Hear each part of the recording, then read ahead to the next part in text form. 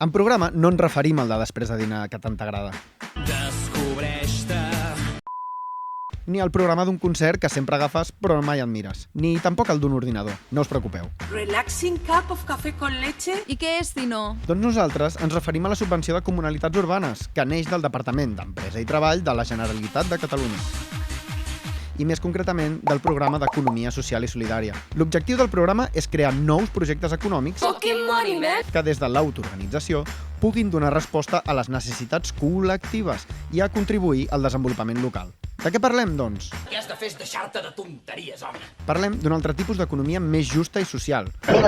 Parlem d'una economia que, 1. Posi al centre les persones. 2. Recuperi el poder col·lectiu a través de la creació i l'enfortiment dels béns comuns. S'has posat les magdalenes a la llauna de les galetes. I 3. Que les seves iniciatives es basin en la cooperació a través de les xarxes de suport mutu, és a dir, fer comunitat.